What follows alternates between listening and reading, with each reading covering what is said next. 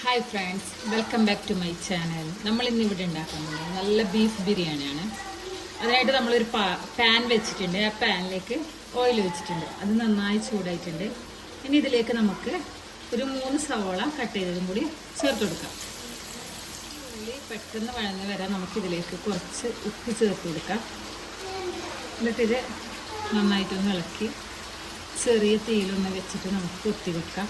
അപ്പോഴേക്ക് ഇതിൽ നന്നായി വാടി വന്നിട്ടുണ്ട്. ഇനി ഇതിലേക്ക് നമുക്ക് തക്കാളി ചേർത്ത് കൊടുക്കാം. 3 തക്കാളിയാണ്.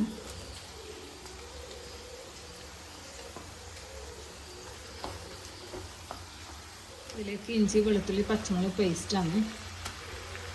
ഇനി നമുക്കിതിലേക്ക് പൊടികൾ ചേർത്ത് കൊടുക്കാം. 1 സ്പൂണ് മഞ്ഞൾപ്പൊടി ഇടുന്നുണ്ട്. കുറച്ച് കളറിന് വേണ്ടിയിട്ട് മാത്രം മുളക് പൊടി. പിന്നെ വേണ്ടത് നമുക്ക് 1 സ്പൂൺ ഗരം മസാല, അതുപോലെ തന്നെ 1 സ്പൂണ് ബീഫ് മസാല, ഒരു 1/4 സ്പൂൺ വരെ കുരുമുളക് പൊടി.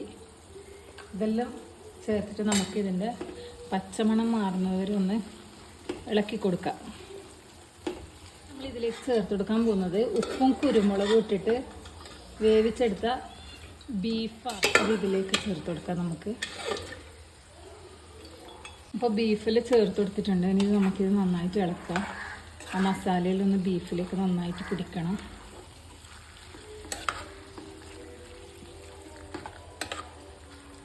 നമുക്കിതിലേക്ക് കുറച്ച് കറിവേപ്പില ചേർത്ത് കൊടുക്കാം. പിന്നെ ഒരു പിടി മല്ലിച്ചപ്പും കൂടി വേണം. അത് നമുക്കിങ്ങനെ കട്ട് ചെയ്തിട്ട് കൊടുക്കാം. ഇതിൽ ചേർത്തിട്ട് നമുക്ക് നന്നായി ഇളക്കി ഒരു 5 മിനിറ്റ് വരെ ചെറിയ തീയിലൊന്ന് അടച്ച് വെക്കണം. മസാലയിലൊന്ന് ബീഫിലേക്ക് ആവാൻ വേണ്ടിയാണ്. നമുക്കിനി ഇതൊന്ന് കുറച്ച് സമയം അടച്ച് വെക്കാം. ഇങ്ങനെ നമ്മുടെ മസാല ഇവിടെ സെറ്റായിട്ടിട്ട് ഇനി നമുക്ക് നെയ്ച്ചോറ് വെക്കാം. എന്നിട്ട് ഈ മസാല ഇട്ട് ദമ്മിടാം. ഇത് നമുക്ക് അങ്ങോട്ടേക്ക് മാറ്റി വെക്കാം. ഒരു പാൻ വെച്ചിട്ടുണ്ട്. അതിലേക്ക് പട്ട, ഗ്രാമ്പ്, ഏലക്ക, തക്കോലം എല്ലാം ചേർക്കാം. ഇതിലേക്ക് 5 ഗ്ലാസ് അരി കഴുകി വൃത്തിയാക്കിയതുണ്ട്. അത് ഇതിലേക്ക് ചേർക്കാൻ പോവുകയാണ്. നമ്മൾ വറുത്തിട്ടാണ് ചോറ് വെക്കുന്നത്. ഇനി നമുക്കിത് കുറച്ച് തീ കൂട്ടി വെച്ചിട്ട് തന്നെ നന്നായി ഇത് വറുത്തെടുക്കണം. ഇങ്ങനെ വറുത്തിട്ട് ചോറ് വെക്കുമ്പോൾ അങ്ങനെ ഒട്ടിപ്പിടിക്കൂല. പിന്നെ നമ്മൾ ബീഫ് വേവിച്ച വെള്ളം കൂടി ഉണ്ട്. അതും കൂടി ഇതിലേക്ക് ചേർക്കുന്നുണ്ട്. അപ്പോൾ ഒരു നല്ല ടേസ്റ്റാണ് ബീഫ് വേവിച്ച വെള്ളം കൂടി ഇതിലേക്ക് ചേർക്കുമ്പോൾ. അപ്പോൾ അതും കൂടി ഇതിലേക്ക് ഒഴിക്കുകയാണ്.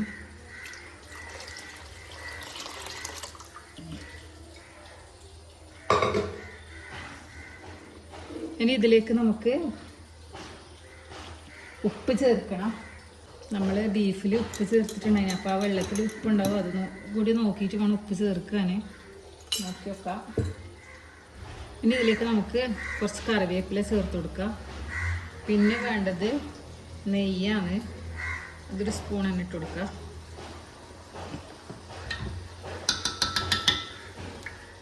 ഇതെല്ലാം കൂടി ഒന്ന് നന്നായി ഇളക്കി കൊടുക്കാം.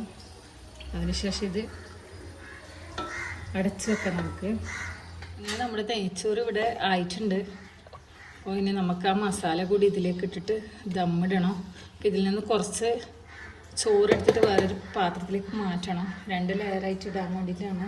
നമുക്ക് അങ്ങനെ വേറെ പാത്രത്തിലേക്ക് മാറ്റിയിട്ടുണ്ട്.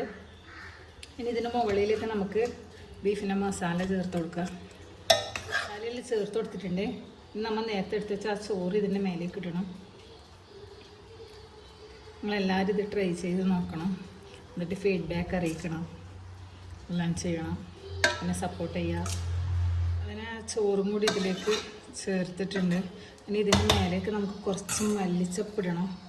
എന്നിട്ട് ഇത് അടച്ച് വെച്ച് കുറച്ച് സമയം ഒരു ചെറിയ തീയിൽ ഒരു 5 മിനിറ്റ് വരെ വെക്കണം. എന്നാലെല്ലാം ഒന്ന് സെറ്റാവും. അങ്ങനെ നമ്മുടെ ബീഫ് ബിരിയാണി ഇവിടെ സെറ്റായിട്ടുണ്ട്. നമുക്കിതൊരു സെർവിങ് പ്ലേറ്റിലേക്ക് മാറ്റാം. കണ്ടില്ലേ, ചോറൊന്നും തമ്മിൽ അപ്പുറപ്പുറം പൊട്ടിപ്പിടിച്ചിട്ടൊന്നുമില്ല, കാരണം നമ്മൾ വറുത്തിട്ടാണ് വെച്ചത്. അത് പാത്രത്തിലേക്ക് മാറ്റാം. കണ്ടില്ലേ? അപ്പോൾ ബിരിയാണി നല്ല സെറ്റായിട്ടുണ്ട്. ഞാനിത് കഴിക്കാൻ പോയെന്ന്. പിന്നെ നെക്സ്റ്റ് ഒരു വീഡിയോ ആയിട്ട് നമുക്ക് വീണ്ടും കാണാം.